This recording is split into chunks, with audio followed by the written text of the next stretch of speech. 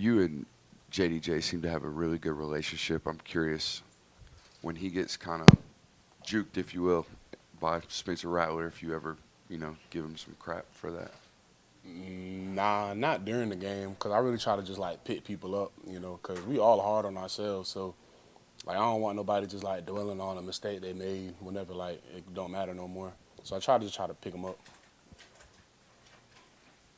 Yeah, Kirby mentioned the two red zone touchdowns y'all gave up in the first half as being huge, being down 11 at halftime. Just what, as a defense, do y'all need to do to improve and keep holding guys to field goals other than touchdowns in the red zone?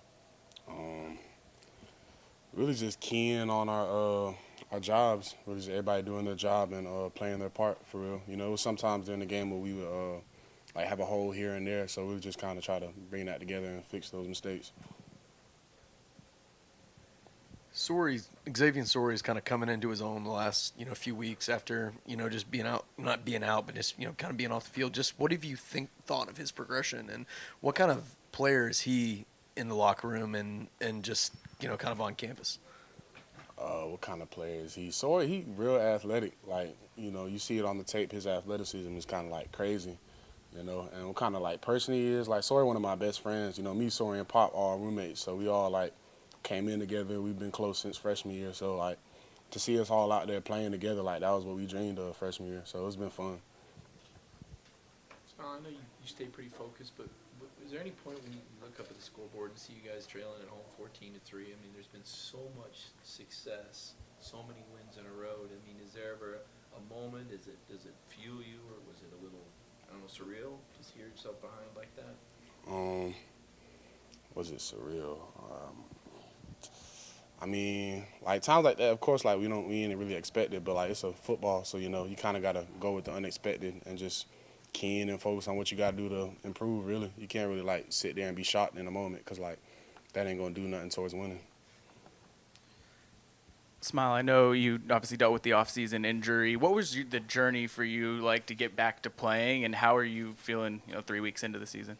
It was hard. It was real hard, like from like a mental standpoint, just because like it kind of caught me off guard.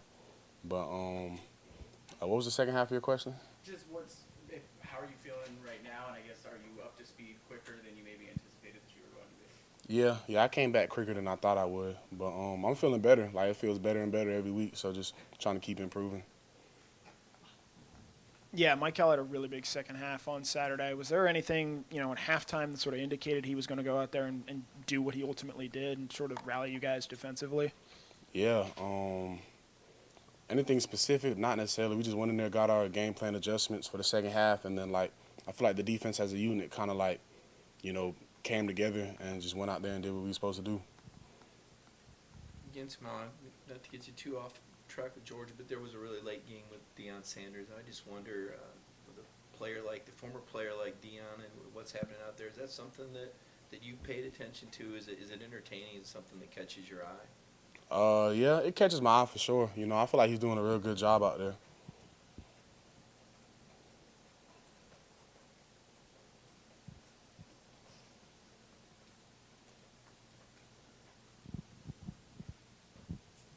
Just on an overall look of kind of the defensive line and especially Michael's performance, I mean, how much does that open up your responsibilities, especially on that sack that you and Jamon got back there? How much does that open it up for you guys to really make plays and be able to do what you do best when the defensive line is getting as much pressure on the quarterback as they did, especially in that second half? It does a lot for us. Whenever the defensive line eating, it kind of like makes our job easier. So like D-line and linebackers, I feel like we kind of work hand to hand. Small Saturday will be a long day with that 7:30 kick. What's that day look like for you, and then do you get up for these night games? What the day looks like. Really just trying to stay focused throughout the day, take care of my body throughout the day, just do anything really that comes up that I got to do.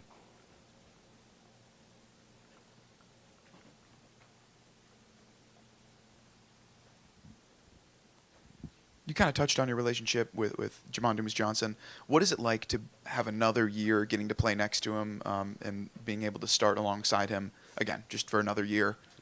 Yeah, it's been real fun. Like I said, like since our freshman year, like we like talked about it, and like it's kind of crazy to see it like coming to life, really, like the things we talked about and dreamed about. So it's been fun. Kirby brought up the 3rd and 16 screenplay that they scored a touchdown on to start the game last week. That he pointed to that as one of the first half mishaps that led to the way halftime was. What is the reaction that you all get on the sideline from coaches just when there is, I guess, a mishap like that? Just get the correction and then go out there and try to fix it, really. You know, we don't really panic. You can't panic at a time like that. You know, that's when everything's going to start getting worse. So just stay poised, stay focused, and go out there and play the ball.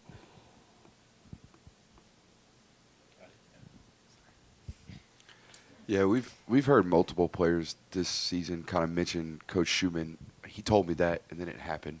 Do you have an example of like Schuman preparing you for something, and then it just like happened right in front of you? Yeah, it's kind of crazy how Schuman be doing that. Like, Schuman probably one of the smartest people I ever met. Like, an example, my TFL versus TCU on that, like, stunt I ran when I tackled Max Duggan. Like, we had worked on that, like, all week, and then he told me he was going to try to call it whenever he seen a certain set. And then he called it, and then they ran the play that he called it for. So it was kind of crazy, like, seeing that happen. Played for Van Spence, right, in high school? Yeah. Just what did you learn from him, and what did you take from him at Paulding County and bring to Georgia? Wait, how you know Coach Spence? I just looked it up. Oh, dang.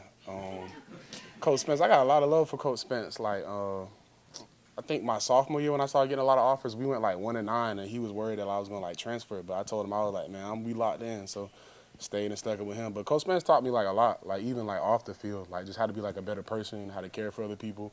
So he taught me like a lot off the field more than on the field. But he kind of gave me like that confidence, like when it came to like playing at the next level. Cause like, no disrespect to like no smaller school, but like I was gonna be happy going to like a school like FAU or like anything like that. Like my freshman year, like that was like my dream. So like Coach Schuman kind of showed me that like it's like not Schuman, but Spence kind of showed me it's like a bigger world out there. So he kind of like instilled a lot of confidence in me. So I love him for that.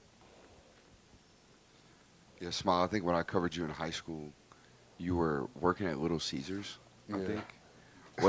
What did working in high school teach you about, just responsibilities in general? It taught me a lot about responsibilities just because, like, I got to get up and go to work. Like, I'm working with, like, grown men. Like, they got to, like, they're out there working hours trying to pay bills and stuff. I'm just trying to get a couple extra dollars. So it kind of, like, gave me, like, a different perspective on life.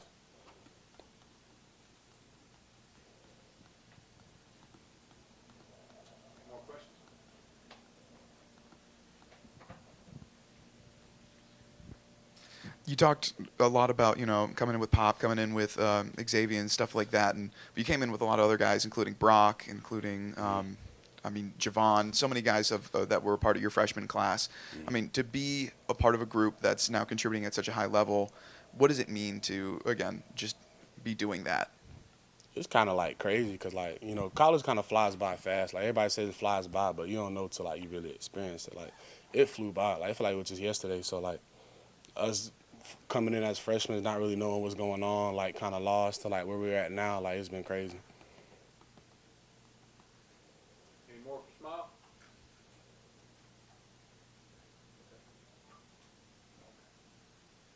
All right, Smael. Thank you, sir. All right, bet. Thank you.